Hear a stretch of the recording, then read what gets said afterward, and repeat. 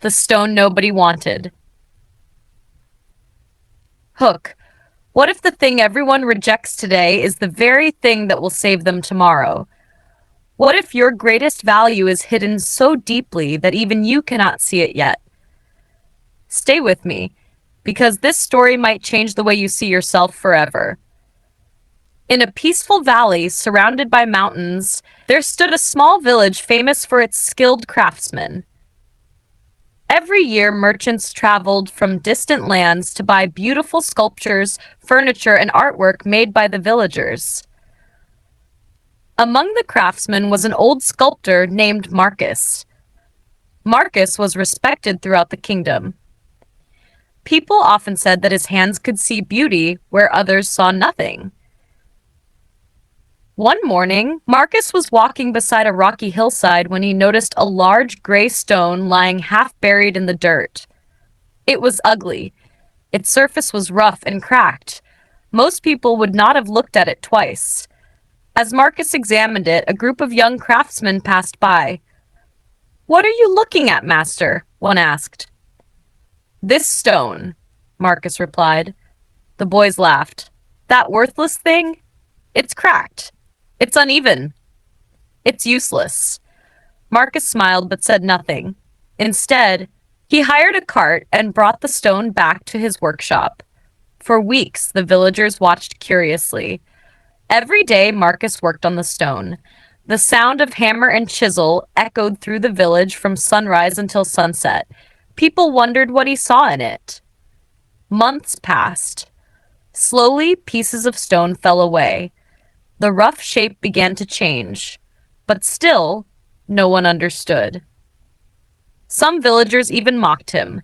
"The old man has finally lost his mind. He wastes his talent on garbage." There were better stones everywhere. Marcus ignored them all.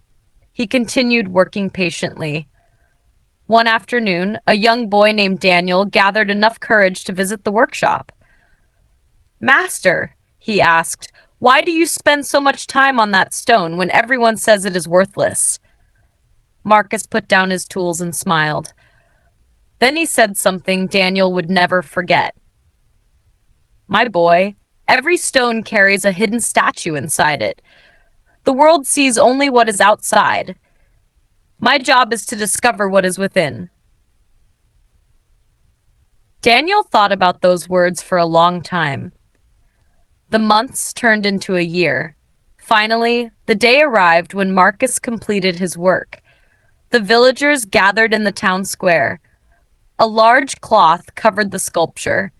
Excitement filled the air. When Marcus removed the cloth, a gasp swept through the crowd. Standing before them was the most beautiful statue they had ever seen. It was a magnificent figure of a shepherd carrying a lost lamb. The details were breathtaking. The folds of the clothing looked real. The expression on the shepherd's face radiated kindness and strength. Even the lamb appeared alive. The crowd stood speechless. No one could believe that such beauty had come from the cracked stone they had laughed at. Soon travelers arrived from across the kingdom to see the masterpiece. The statue became famous. Artists studied it. Kings admired it. People called it Marcus's greatest work. Years later, when Marcus had grown very old, Daniel asked him one final question. "Master, how did you know that statue was hidden inside that ugly stone?" Marcus looked at the sculpture and smiled. "I did not put the beauty there." Daniel frowned. "What do you mean?" "The beauty was always there," Marcus replied softly. "I simply removed everything that was hiding it." Not long after, Marcus passed away. But his words remained, and Daniel carried them with him throughout his life. Whenever he met someone who felt unimportant, rejected, or broken, he remembered the stone. He remembered that rough beginnings do not determine glorious endings. He remembered that cracks do not erase value. Most importantly, he remembered that people are often like that stone. Many spend their lives believing they are ordinary because others failed to see their worth. Some are rejected. Some are overlooked. Some are told they will never become anything special. Yet hidden within them are gifts, strengths, and possibilities waiting to be uncovered. The world may judge the surface, but true value lives deeper. A seed does not look like a forest. A lump of coal does not look like a diamond. And an unfinished person does not reveal the greatness they may someday become. The stone that everyone mocked became the masterpiece everyone admired, not because it changed into something new, but because someone believed enough to reveal what was already there. And perhaps that is true for you as well. Maybe life has left a few cracks in your surface. Maybe others have underestimated you. Maybe you have even started to underestimate yourself. But do not confuse your current condition with your true value. You are not defined by what people see today. You are defined by what you are capable of becoming. Sometimes the greatest masterpieces begin as stones nobody wanted. And sometimes the person waiting to discover your hidden worth is you. Moral of the story: don't judge yourself by your current circumstances. Hidden value often takes time to reveal itself. Criticism does not determine your worth. Growth is the process of removing what hides your true potential. The world may overlook you today, but your purpose can still be extraordinary. The vase that refused to bloom. Hook. What if the thing you thought was your failure was actually the only proof that you were honest in a world built on illusions? Long ago, in a quiet coastal kingdom where cliffs met the sea and winds carried stories from distant lands, there was a ruler known not for his power, but for his strange way of judging truth. King Ariston was aging. His hair had turned the color of storm clouds, and his hands shook slightly when he held a goblet of water. Yet his mind remained sharp, and there was one question that kept him awake at night. Who will lead after me when everyone has learned to pretend? For years, his kingdom had grown wealthy, but something inside it had begun to rot. Not in its fields or markets, but in its people. Everyone was learning how to look successful, how to sound wise, how to appear worthy. Very few were becoming truly honest. So one morning, King Ariston made an unusual announcement. Every child in the kingdom, rich or poor, noble or unknown, was summoned to the palace courtyard. And when they came, they found the king standing beside a long wooden table filled with hundreds of identical ceramic vases. Each child was given one vase. The king raised his voice and said, "Take this vase home. For 1 full year, care for it. Water it daily. Speak to it. Place it where it receives sunlight. At the end of the year, return to me with whatever has grown inside it. The child who brings the most beautiful growth will inherit the future of this kingdom." The crowd erupted with excitement. Some children smiled proudly. Some whispered about secret techniques. Others already imagined victory. But among them was a quiet boy named Elias. Elias was not special in the way kingdoms usually notice. He was not the son of a noble. He had no wealth. He was simply observant, someone who paid attention when others rushed past life. He held his vase carefully in both hands as if it carried something alive already. And for the first time in a long time, he felt hope. When Elias returned home, he chose the best place in his small room, a wooden shelf near the window where morning light poured in like gold. He filled the vase with rich soil from his garden and followed every instruction carefully. Every morning, he checked it before school. Every evening, he sat beside it quietly, as if listening for something beneath the surface. Days passed, weeks passed. Nothing changed. No sprout, no leaf, no sign of life. Still, Elias continued. He adjusted the water. He changed the sunlight angle. He even whispered encouragements to it, though he felt slightly foolish doing so. Meanwhile, something strange began happening across the kingdom. Children started showing progress. One child had a vase full of glowing blue flowers. Another had vines that curled elegantly like dancers. Some had small trees growing strong and tall. And as the months went on, competition turned into obsession. Children stopped sleeping properly. Some secretly replaced soil. Others swapped vases in hidden markets. A few even brought pre-grown plants and claimed them as their own. Elias noticed all of this quietly, but his vase remained unchanged, empty, still, silent. And slowly, doubt began to grow in him, not in the vase, but in himself. Maybe I'm doing something wrong.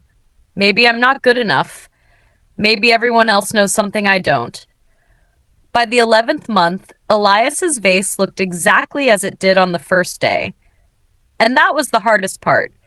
Not failure, but consistency of emptiness. The final day arrived. The palace courtyard transformed into a garden of miracles. The air smelled of flowers so rich it felt unreal. The ground disappeared beneath layers of color. Children stood proudly beside their creations, each one more impressive than the last. Elias walked slowly through the gates carrying his vase. It was still empty. No disguise, no decoration, no illusion. And for the first time, he felt the weight of honesty like a burden. Whispers followed him. That's the empty one. He didn't succeed. He didn't even try. Some laughed, some pitied him. Elias wanted to turn back. Every step forward felt heavier than the last. But he remembered something his mother once said. Never decorate your truth just to make others comfortable. So he kept walking. When King Ariston finally entered the courtyard, the crowd fell silent. He moved slowly among the children, observing each creation with a calm, unreadable expression. He did not smile. He did not nod. He simply observed. Minutes passed, then hours, and something unusual began to happen. The king was not impressed, not even by the most beautiful flowers, not by the tallest trees, not by the rarest colors. Instead, his expression grew heavier with every step, until finally he reached the very end of the courtyard. And there stood Elias, holding an empty vase. A faint silence spread around them. The king stopped. He stared at the vase longer than anyone expected. Then he asked softly, "Tell me, child, what did you grow?" Elias's voice shook. "I grew nothing, my king. I tried everything. I followed every instruction, but nothing ever appeared. I am sorry." The courtyard burst into murmurs, but the king raised his hand. Silence returned, and then something unexpected happened. King Ariston smiled, not the smile of amusement, but of relief. He turned toward the crowd and said, "Remove the flowers, remove the vines, remove the trees." Confusion spread instantly, but slowly, one by one, the children obeyed. And as the plants were lifted from their vases, something shocking was revealed. Most of them were not grown at all. Some were bought, some were stolen, some were artificial, some were planted only days before. The courtyard that once looked like paradise suddenly looked like a stage after the performance ended. The king's voice became steady. "I boiled all the seeds before I gave them to you. None of them could grow." A wave of shock hit the crowd. "You were not tested for beauty," he continued. "You were tested for truth." He turned toward Elias. "And only one child among you brought me what was real." Elias's hands trembled. "I don't understand." I brought nothing. The king nodded. That is exactly why you passed. He walked closer and placed a hand on Elias's vase. This empty vase is the only honest one in this courtyard. It shows no lies, no borrowed success, no stolen growth, only truth. The crowd stood frozen. The king continued, a kingdom cannot be built on appearance.